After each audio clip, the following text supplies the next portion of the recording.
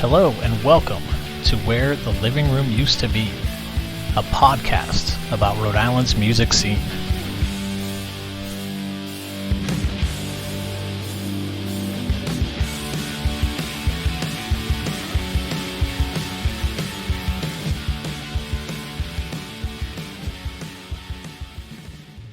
Hey everyone, it's James. In this bonus episode, Roz Raskin shares the power of positive reinforcement, how a diversity of voices are moving to the forefront in music, and some of what they were feeling while they were writing their new record, Lovable. I hope you like the episode, and if you could do me a favor, please leave a rating or review wherever you listen to your podcasts. It would mean a lot. Thanks.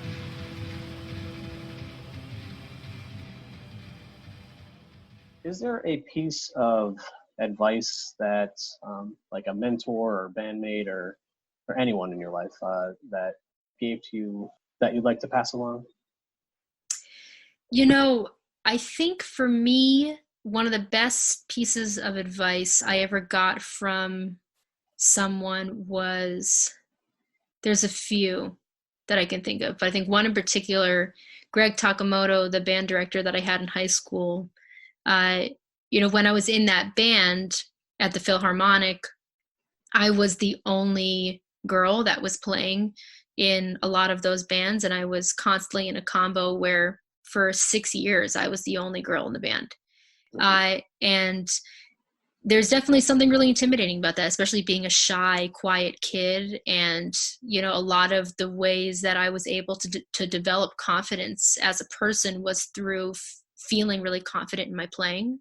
Mm-hmm. And Greg made it a point to really help to build me up as a player and as a person. And I remember him saying to me something along the lines of like, Roz, I want you to always remember that you can play just as well, if not better, than all these guys, mm-hmm. and that you're an incredible asset to this project. That's and awesome. I think that hearing that from someone who was just so beyond cool feeling, he was probably in his early to mid 20s at that time. And I'm like 13, 14, 15, 16, in that period of time. Yeah. And to hear somebody who I just thought was the coolest person in the world say that, and really use the power that he had in the situation to help me grow as a person, I think was so special. Mm-hmm. And I still feel the positive parts of those comments to this day. That's cool. That's, well, thank you, Greg, for helping you, Yes. So, yeah.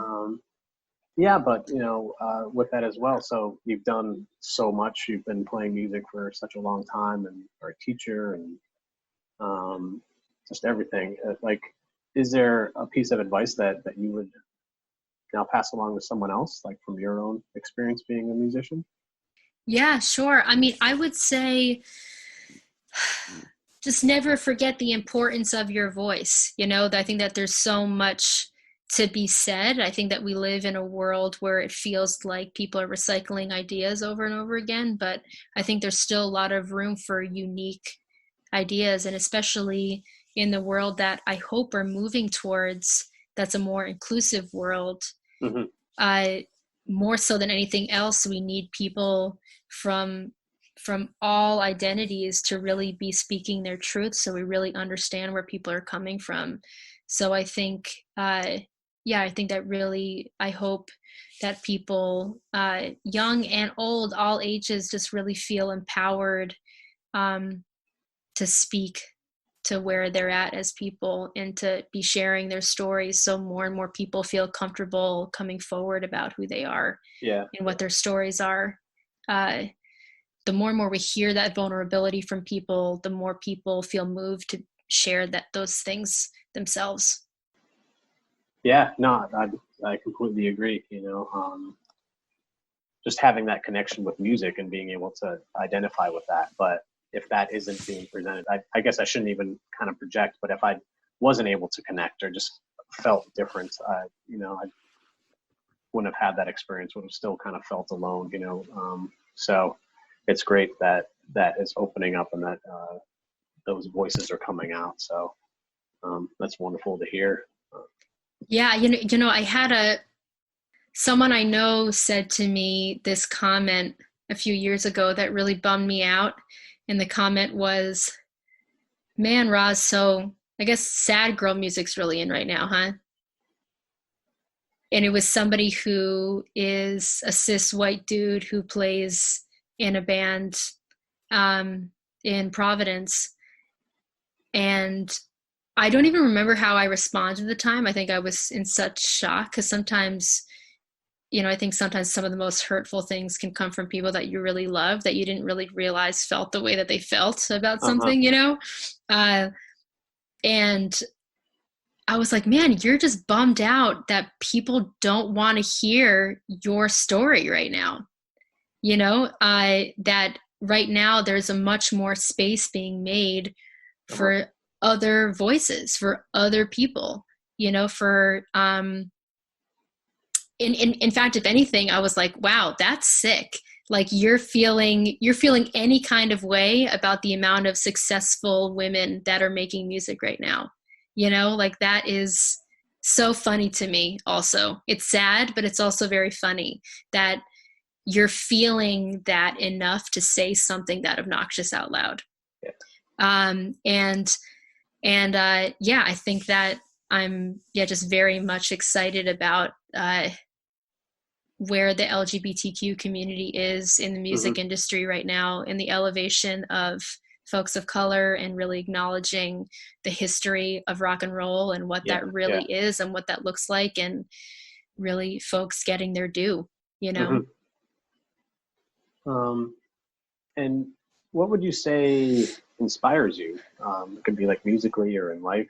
Is there something that kind of drives you?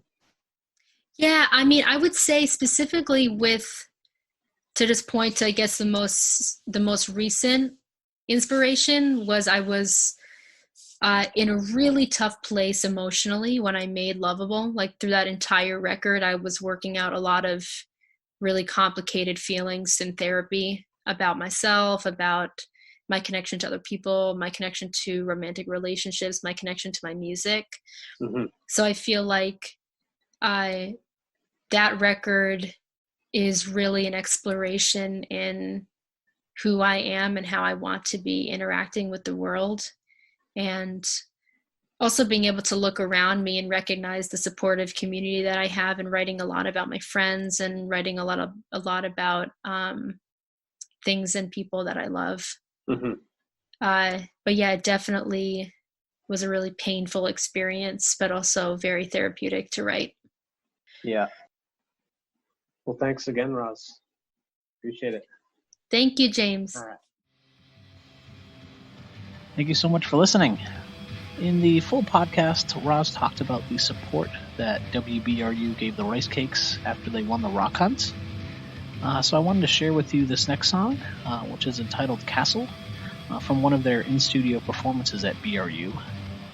The Rice Cakes actually had quite a few over the years, but this one was recorded in 2014. I hope you enjoy.